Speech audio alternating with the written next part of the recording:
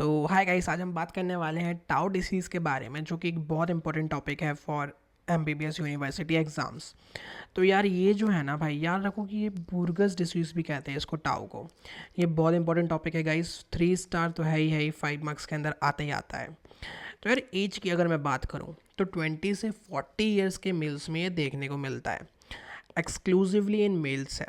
इसको हम smokers disease भी कहते हैं। क्यों कहते हैं? या फिर जो लोग मतलब तंबाकू खाते हैं उन लोगों में ये देखा जाता है। क्या होता है ना गाइस, कि जब कोई एक्सेस में स्मोकिंग कर रहा है या तंबाकू खा रहा है, उसके कारण क्या होता है, सीवियर वासोस्पाज्म होता है ऑफ द वेसल्स।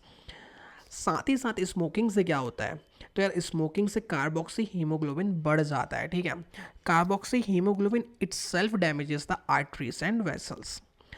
भाई ये किस में देखा जाता है? अगर इकोनॉमिक ग्रुप वाइज बात करें तो लो सोशियो इकोनॉमिक ग्रुप में देखा जाता है, या फिर किसी इंसान को बार बार ट्रॉमा हो रहा है तो भी। पुअर हाइजीन भी एडिशनल फैक्टर्स में आप काउंट कर सकते हो।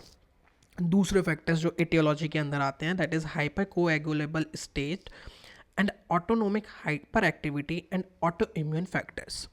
तो ये तीन आपको बस याद रखना है, रीजंस नहीं जानना कि हाइपर कोएगुलेबल स्टेट में क्यों हो रहा है, ऑटोनोमिक हाइपर एक्टिविटी में क्या हो रहा है, या ऑटो इम्यून फैक्टर्स क्या है।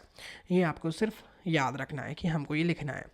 तो होता क्या है पैथोलॉजी में यार, तो बहुत सारे इन्फ्लामेटरी रिएक्शन होने लगते हैं, जिसके कारण तीनों कोट्स जो वेसल्स के होते हैं वो अफेक्ट हो जाते हैं। तो ये पैन आर्ट्राइटिस करता है। इसके कारण क्या होता है भाई, थ्रोम्बस फॉर्मेशन हो गया। थ्रोम्बस क्या करता है भाई, ऑक्लूजन करता है ल्यूमेन का।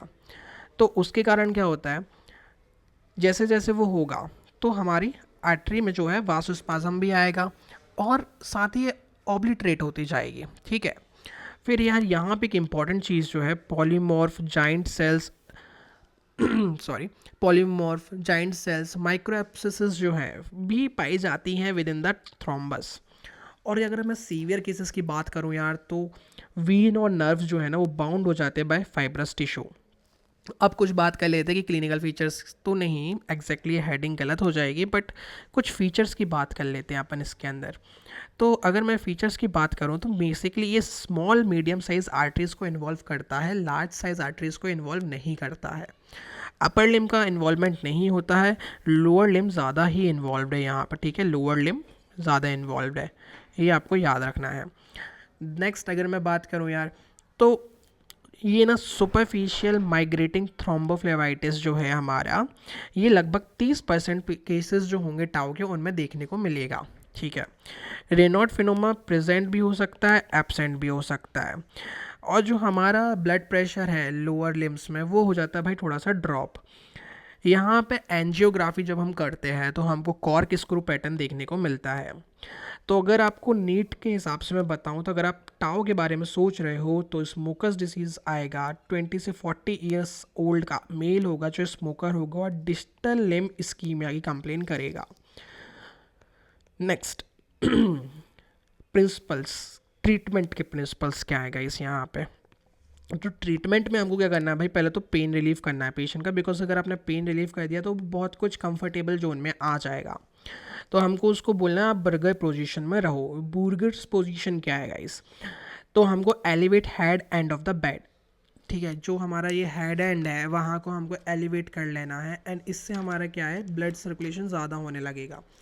Probably that can be the reason कि हमको आराम हो रहा है।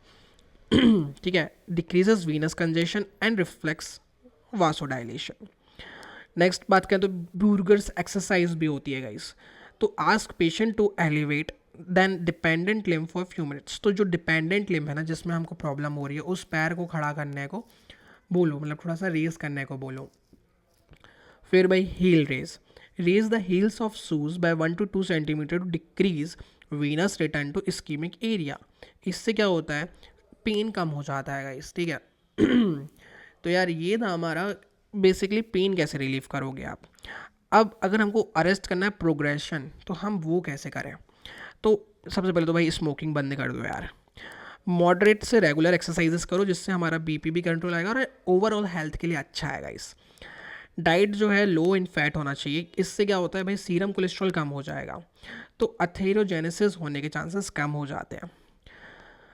और हम साथ में लिपिड लोअरिंग एजेंट्स भी ले सकते हैं जैसे कि स्टैटिन्स हो गए यहाँ पे। और बहुत इंपॉर्टेंट है जो हमने रिस्क फैक्टर्स में पढ़ा था कि रेगुलर या repeated injuries to the foot वो नहीं होना चाहिए। मेडिकल मैनेजमेंट की बात कर ले तो या तो हम यहाँ पे वासोडाइलेटर्स देते हैं जैसे कि पेंटॉक्सीफाइलिन हो गया, प्रोस्टासाइक्लिन्स हो गया, ये हम देंगे। तो ये ना जो पेंटॉक्सीफाइलिन जो है वो हमारे इंटरमिटेंट क्लॉडिकेशन में काम आता है।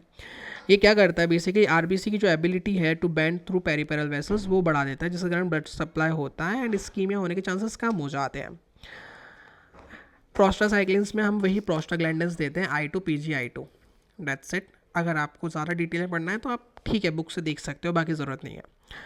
केमिकल सिंपैथेटिक्टोमी की बात करें तो यार एक ना प्रोसीजर है for producing vasodilation of the blood vessels in the lower limb. कैसे? By lowering the hyperactivity of nerves that supply them. ठीक है। प्रिकॉशंस क्या लेना भाई? Little injection by using a lumbar puncture needle, ठीक है, दिया जाता है इसमें।